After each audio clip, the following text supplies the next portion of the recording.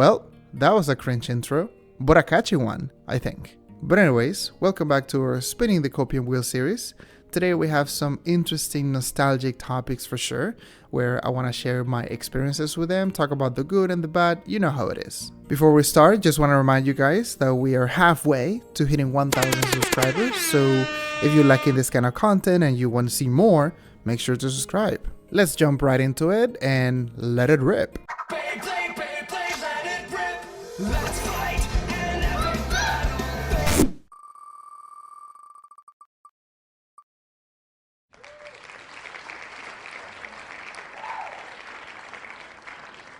Kerning Party Quest, or KPQ, was a very interesting introduction for what MapleStory was capable of when it comes to party play, because PQs are basically dungeon instances that require a little bit of puzzle solving and whatnot. One of my favorite things about KPQ is that it introduces a new way of leveling up other than grinding or completing some quests.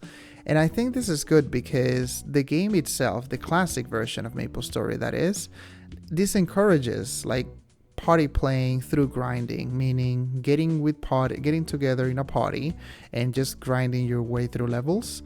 You could do that, yes, but it's not as efficient, if you will. People normally don't want to go for it. And if they kind of party grind, quote unquote, most of the times they are not in a party. They're just completing different, let's say, levels of the map so the mobs can spawn faster and not actually being in a party. But like KPQs, you have to be in a party, and it's actually a good source of XP and fun, I would say. So that's one of my favorite things when it comes to KPQ. Now, some of the things I didn't like about it was sniping people or maps, or making sure that you have control over a channel in the PQ, where you have to find where people are, and as soon as they are about to leave, you just jump in yourself, or you first let the leader leave first, and then you tell people you can leave at 1, 2, 3, and then you can leave all together, and then he can spam the entrance of it, which is something I didn't like at the time. Hopefully this time they create some kind of instances per channel, so you don't have to kind of wait for other people or do that kind of sniping. Some people like it and find it nostalgic, but I don't think it goes well with the current gaming environment that we live in. Now, another bad thing I would say is that honestly the puzzles could have been more diverse, and this goes for all of the PQs. I think that one way to reinvent PQs is that changing it so the codes and the what would I say, and some of the puzzles rotate in some way. A good example for this is not KPQ, but it's the Ludibrium one, where you have to go up, right the last puzzle where you have to kind of go up and then memorize the numbers 3 1 1 3 2 2 and things like that to just teleport all the way up. These are things that can rotate because people will memorize these things. They will just Google them and call it a day and just farming it as if they're grinding. And there is nothing super wrong with it, but I think that making the puzzles more diverse and more interesting, more engaging, if that makes sense, would be actually quite interesting. There are puzzles that are fine, for example the first one in KPQ, where you have to kill the alligators and get the tickets, and they ask you different questions that kind of rotate, and then you just go from there. That is good and totally fine. I like that one. The ones with the numbers, where you have to try to put people in different areas and go with the numbers, that is fine as well. I would say that rotating different ones and having a different options, you know what I mean? Even though that eventually they will repeat themselves, you don't know exactly which one is gonna come, and I think that's gonna make it more engaging overall, if you rather than just having a farming mindset of it. It's just let's just literally grind it till the end. And one last little thing about it is that I wish it was a little bit wider, the level range, because the level range is what, 21 to 30, or something like that, or 20 to 30. And sometimes, especially at that level range, you kind of grind, do quests, and are leveling up, and you don't fully enjoy the PQ that much. Whereas Librian one is level, I forgot the range, but I think it's 30 to 50-ish or something. But what I'm saying is that even like there is like, for example, a 20 level range, and these 20 level or more level ranges of current PQ are harder, right, to achieve, to just level up. And because of it, like when it comes to KPQ, because it's just 10 levels and low levels that you level up fast, you don't happen to enjoy it that much, if that makes sense. So I hope that they increase also the level like requirement maximum, the level like the cap to do the PQ. So there is that. But overall, very good experience. I made many friends back then with turning PQ, and it is a very good way to relax and get out of the grind, if you will.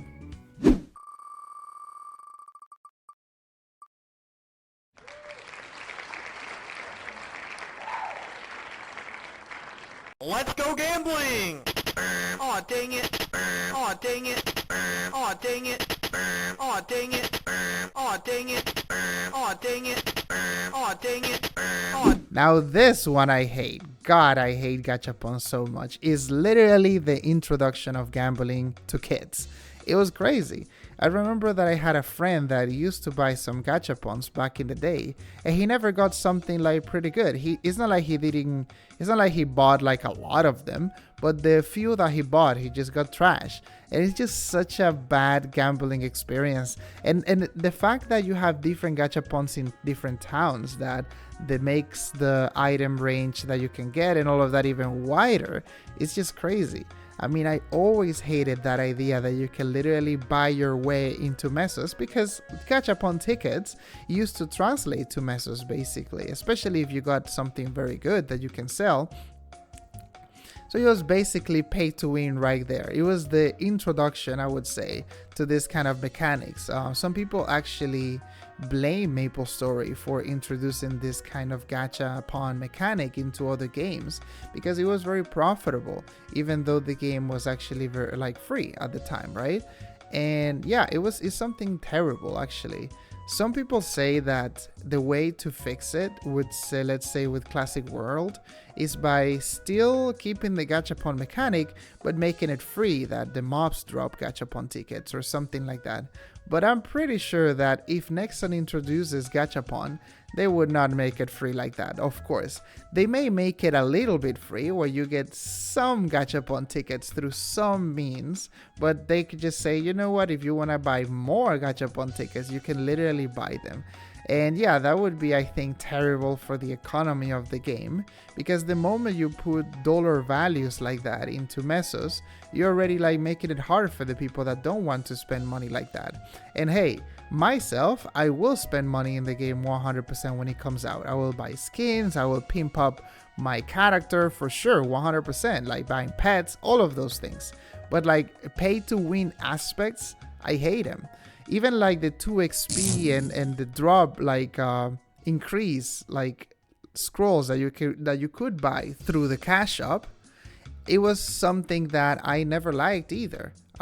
It's just like something that ruins the game overall. It's kind of like a pay to win aspect, and I just don't like it. So overall, Gachapon terrible, literally gambling for kids, putting it all in on black, and it's just crazy. It's literally crazy. So I hope that they don't add it. And I would like to know what you guys think. Like, my experiences with Gachapon were actually in Classic 0, because I never bought Gachapon tickets. I bought other things, but never Gachapon tickets, ever. And I wonder if you guys did. I wonder if you guys bought a bajillion of them and just tried to, you know, get rich through it. So let me know what your guys' experiences were with Gachapon in the comment section.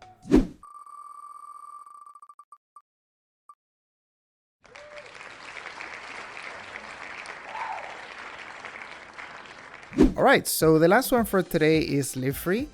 This one is an interesting one because I was having a conversation with some people in the comments of the previous video when it comes to Live Free and the map design itself. And I think that Leaf Free was iconic for sure. A very good map when it comes to training, very good mobs and all of that, very good training area overall. And of course, it was the introduction of 4th job. And I honestly hated 4th job for multiple reasons, but we're gonna leave that for the spin whenever it comes out. But I wanna just focus on Leaf Free and all of that. So first of all, Leaf Free as a whole, I think, was the beginning of the end when it comes to map design. I think the design of Leaf Free is lazy. And this is something that people don't want to admit because Leaf Free is classic. You know, Leaf Free is nostalgic and all of these things. And yes, it is nostalgic and classic and whatever, but it was an introduction to a bad map design because it's literally a straight line. It's from Leaf Free to Horntail, straight up, and there are different training spots along the way. There is zero exploration. Yes, you have certain hidden streets, 1 or 2, but they're irrelevant. They're not as powerful as all of the hidden streets that you can find in Victoria Island. And this is what I mean when it comes to map design. I understand that not every single map has to be like that. Let me give you an example. So in Elnath, you have, for example, the town of Elnath, and kind of like a straight line, well, not kind of, literally, a straight line from Elnath to Zachem, right? And you would say, there it is, you have it like that, the same formula. And at some point, to a certain extent, yes. However, Elnath is connected to many things in a cool way. You have the tower that you have to climb back up to go to the Orbis town, or you can go down and go to the water area that I literally forgot the name right now, but you know how it is. Aqua Road, yes, there it is. You go to Aqua Road, and Aqua Road later could take you to Showa Town, and all of these little things, these connections that make it fun. But Leaf Free is not connected to anything. Like, you can get there through a boat ride, like, in a way, but that's it. I mean, and I understand that not everything has to be like super exploring everything, but if you're gonna introduce a big continent, especially one that has like a big level range, it could have been like something better. Like, one of the things I'm saying before, like I was saying in the previous video, is that MapleStory is lacking, I think, a Victoria Island 2.0. And what I mean by this is like an area where starts at level 50, for example, and finishes at level 100 or something, or 110, where it's literally an island with its own story, different towns and all of that. It can be something like, for example, a town where you can find magicians and you can find rogues and you can find different people. There is some kind of war going on and you just have to help them. But even though like you can have that concept, but in a way you can make it so the map has different stories in different areas and you can move around and you can find, like I said, level 50 for example, and you're in a town and you walk a little bit, and if you walk a little bit and get into a hidden street, you find a level 80 like training spot and things like that Victoria Island has to offer. So this is my problem with Leaf Free overall, that it just introduced this lazy design of a straight line and that's it, and calling it a day. And I didn't like that, honestly. Like the Temple of Time has kind of like the same formula where it's just a straight line and that's it. And those are the little things, like I said, that I don't like. I don't like that the game falls into that formula that is a straight line into the boss. I wish that they create a continent where we can explore just as much as Victoria Island.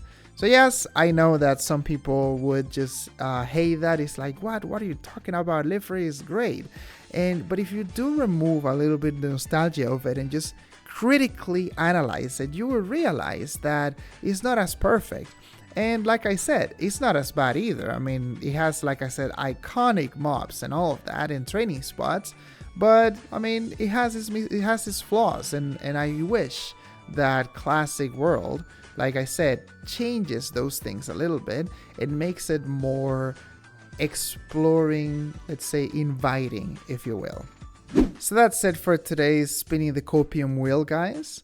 I hope that you guys enjoy this kind of content. Like I said, please subscribe if you love this kind of content and want to see more, especially because it's kind of dry out there. Not that many people are creating content about MapleStory Classic, so there's that.